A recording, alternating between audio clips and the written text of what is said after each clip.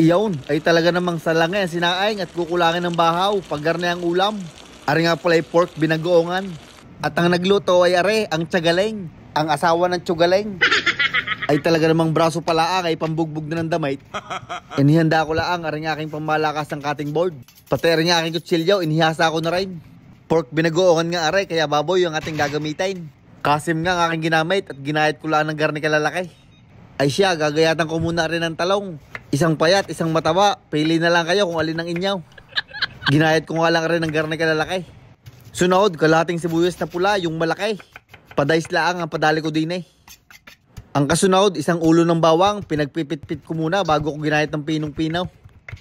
Ari naman naisipan ko laang maglagay ng kaunting luya. Ay kung ayaw ninyo, ay huwag kayong magpapapilit. Sunod ay kamatis. Tinanggal ko muna yung numero. 4.87, aboy hindi abot sa witeng. Hinugasan ko nga muna bago ko ginayat ng padays, garni kalalaki. 2 piraso nga lang pala ang ginamit na iyan. At ang huli, isang ceiling grain. At kung gusto nyo pang mas maanghang, ay nguyain nyo na ang silay. At yan lang ating mga kakailanganin.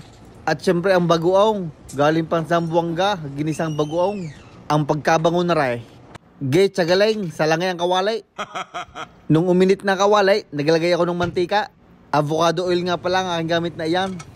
Pinainit ko nga muna aring mantika bago ako nagsalang ng ating mga ginayat na talong. Yan na ipiprito nyo laang hanggang maging ganyan ang kulay. Ari naman inasa sa inyo na ulay kung ipiprito nyo baga o hindi na. Kayo naman ay malalaki na, ay kainaman na. At yan, tapos na ang ating talong na iprito ng lahat. Pwede na tayong kumain. Hintay ka muna at hindi pa tapos. Isasalang pa natin aring baboy.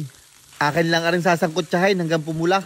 Kasim nga aking ginamit din ayaw ni Mrs. ng medyo mataba. Ako lang ang gusto noon. Ay kung gusto nyo mang medyo may taba-taba ng kaunti, ay liempo ang inyong gamitin. Bale tinakpan ko nga ayaw at nung nagtubig ay iniga ko laang. At sinangkot siya hanggang maging garne ang kulay. Sabay atin munang hahanguin. Walang hugas-hugas ng kawali, di yan na at sayang ang lasa. Atin namang igigisa aring bawang, luya at saka aring sibuyas. Gigisahin nyo laang hanggang maamoy ng inyong kapitbahay. Pag iyay na igisa ninyo ng mga 1 minuto o mahigit, ilaglag nyo na aring mga kamatis. Gigisahin nyo lang hanggang medyo malabsak na ang kamatis.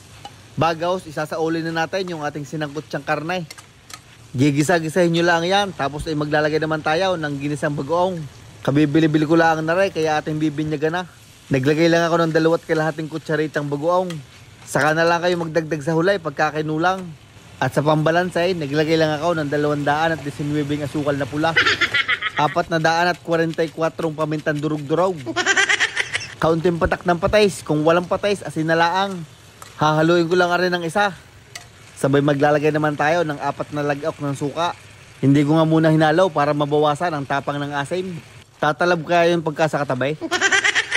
At para naman sa sabaw ay niluglugan ko lang yung aking lumang bagoong para masaid. Sige, tiyagaleng, haluin mo lang at pagkatapos iyong tatakpan. At kada mga 5 minuto hanggang 10 inyo lang hahalu-haluin para hindi masunugan ng ilalim. Mapakla pa naman pagka may gayaon.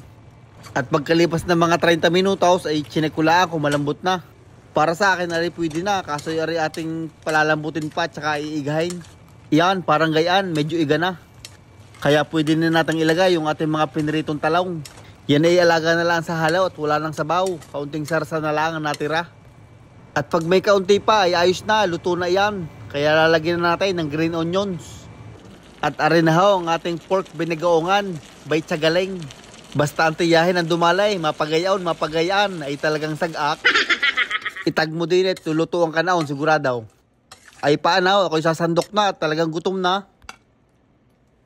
Ay syempre pagkatapos na lutuan ay kain na. Kain na rin ho kayo.